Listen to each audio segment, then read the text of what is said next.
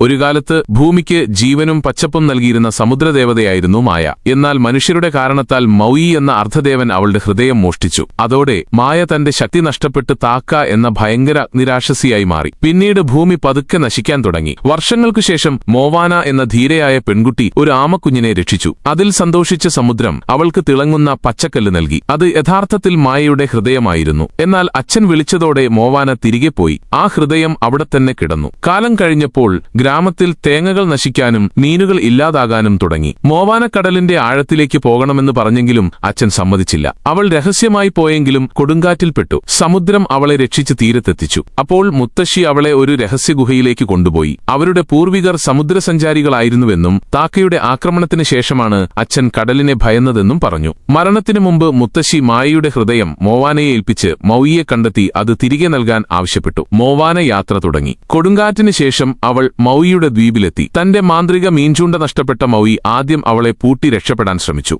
പക്ഷേ സമുദ്രം മോവാനയെ സഹായിച്ചു. ഒടുവിൽ മൗയി കൂടെ വരാൻ സമ്മതിച്ചു. യാത്രക്കിടെ ചെറിയ തേങ്ങക്കൊള്ളക്കാർ ഹൃദയം കവർന്നെടുക്കാൻ ശ്രമിച്ചെങ്കിലും മോവാന അവരെ തോൽപ്പിച്ചു. ശേഷം മൗയിയുടെ മാന്ത്രിക ആയുധം തിരികെ നേടാൻ അവർ രാക്ഷസന്മാർ നിറഞ്ഞ സ്ഥലത്തെത്തി. അവിടെ ഒരു വലിയ ഞണ്ട് രാക്ഷസനെ ചതിച്ചാണ് മൗയി തന്റെ ആയുധം തിരിച്ചുപിടിച്ചത്. മോവാനയുടെ ബുദ്ധിയും ധൈര്യവും അതിൽ വലിയ സഹായമായി. അവസാനം അവർ മായയുടെ ദ്വീപിലെത്തി. എന്നാൽ താക്ക അവരെ ആക്രമിച്ചു. പോരാട്ടത്തിൽ മൗയിയുടെ ആയുധം തകരുകയും അവൻ പിന്മാറുകയും ചെയ്തു. മോവാന ഒറ്റയ്ക്കായപ്പോൾ മുത്തശ്ശിയുടെ ആത്മാവ് അവൾക്ക് ധൈര്യം നൽകി. അവൾ വീണ്ടും മുന്നോട്ട് നീങ്ങി. സമുദ്രം മഞ്ഞ് സൃഷ്ടിച്ച് അവളെ സഹായിച്ചു. അതേസമയം മൗയിയും തിരിച്ചെത്തി താക്കയെ തടഞ്ഞു. മോവാനക്കുന്നിൻ മുകളിലെത്തിയെങ്കിലും അവിടെ മായയെ കാണാനില്ലായിരുന്നു.